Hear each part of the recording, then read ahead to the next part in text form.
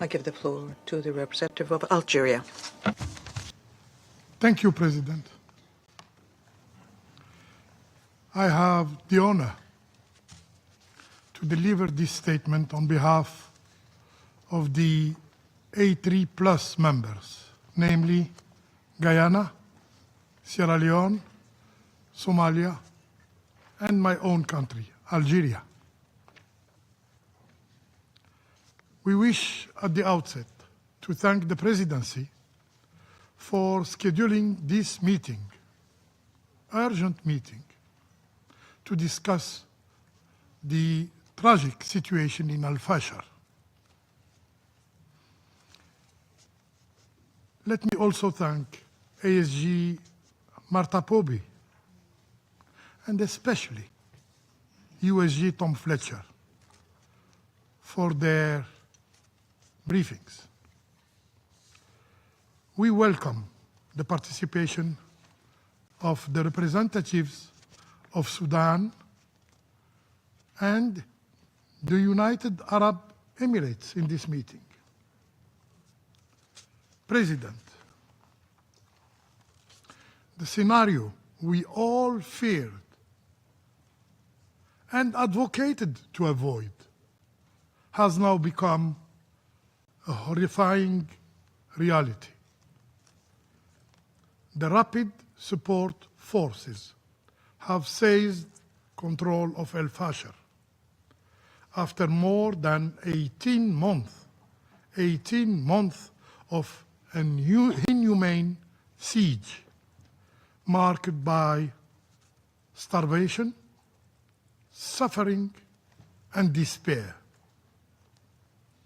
This deeply worrying development is a brazen defiance of this Council Resolution 2736 that demanded last year the lifting of the siege on Fasher by the RSF. It represents also a dangerous step toward the fragmentation of Sudan.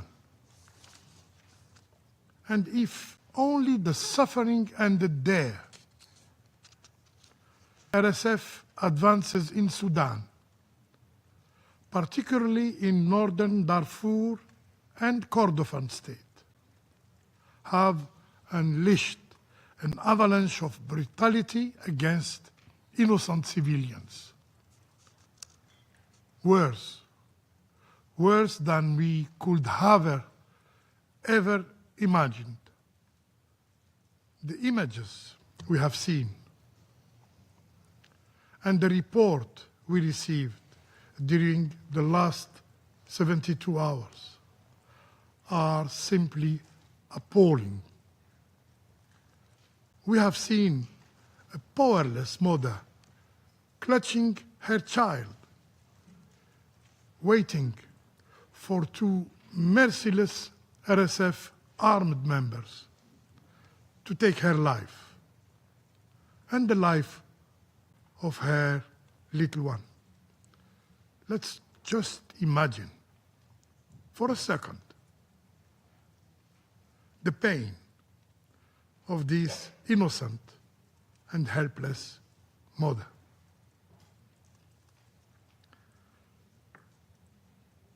We received reports about the killing of more than 460 patients. Where 460 patients and their companion by the RSF in a maternity hospital offered by Saudi Arabia. A place meant to heal, not to kill. A place meant to give life, turned into a massacre site. Colleagues, Fasher is bleeding. Fasher is calling for justice. Fasher is calling for a strong reaction from the international community. Can the deliberate slaughter of innocent ever be a path to legitimacy? Is it how authority is gained? Through terror and annihilation? This Council cannot and must not remain silent. These atrocities cannot be met with indifference and procedural caution. The RSF have to be held accountable for their violations and atrocities. Accountability is a strong deterrent, and this very Council must ensure that the RSF does not continue to kill and brutalize innocent civilians with impunity.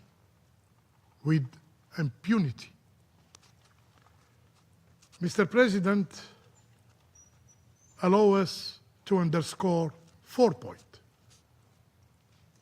First, we condemn in the strongest possible terms the violation and atrocities committed by the RSF, including its ethnically motivated attacks. The violations committed in Fasher are not sudden.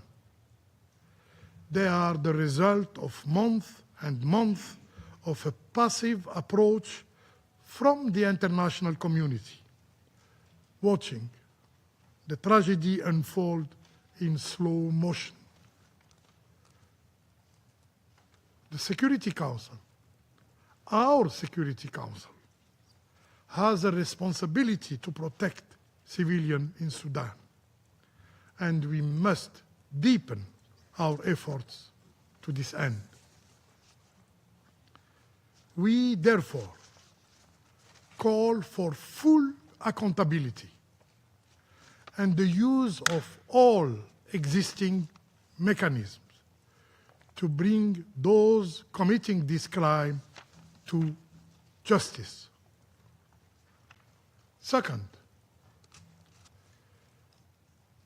could any of this have happened if there were no foreign interference in Sudan? Could any of this have happened if there were no foreign interference in Sudan?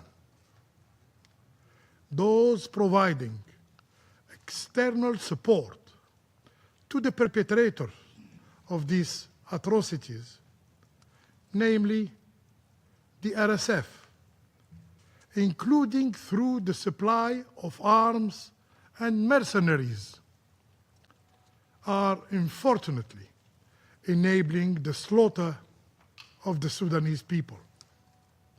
We reiterate our call for the firm and public condemnation of foreign interference in Sudan. In this regard, we welcome the communiqué adopted yesterday by the African Union Peace and Security Council, calling on various African Union organs to identify external actors supporting the parties to the conflict in Sudan. Attribution is a critical step toward accountability. Third, President, there is no military solution to the conflict in Sudan. Only dialogue, only negotiation can bring peace with the support of the African Union and the United Nations through the personal envoy of the United Nations Secretary General, Mr. Ramtan Lamamra. We call for the immediate cessation of hostilities in and around El Fasher to pave the way for a negotiated settlement of the conflict. In this connection, we firmly condemn the establishment of a parallel governing authority in areas under RSF control, which risks further fragmenting the country. The Jeddah process and other regional mechanisms, particularly the AU frameworks, must be urgently revitalized. Fourth, priority now must be given to protection measures for civilians and humanitarian workers. We call for the safe and unimpeded passage of those fleeing the city of El Fasher. Humanitarian aid and unhindered humanitarian access to reach those in desperate need and avoid any further loss of life. To meet the urgent humanitarian needs, it is crucial to rapidly scale up funding for life-saving assistance and humanitarian response plan. In conclusion, President, we reaffirm our commitment to the sovereignty, unity, and the territorial integrity of Sudan. We also reaffirm our commitment to sustainable peace in Sudan that is Sudanese-owned and the Sudanese-led. Enough suffering in Sudan, enough bloodshed. It's time for restraint. It's time for reason. It's time for peace. I thank you. I thank the representative of Algeria for your statement.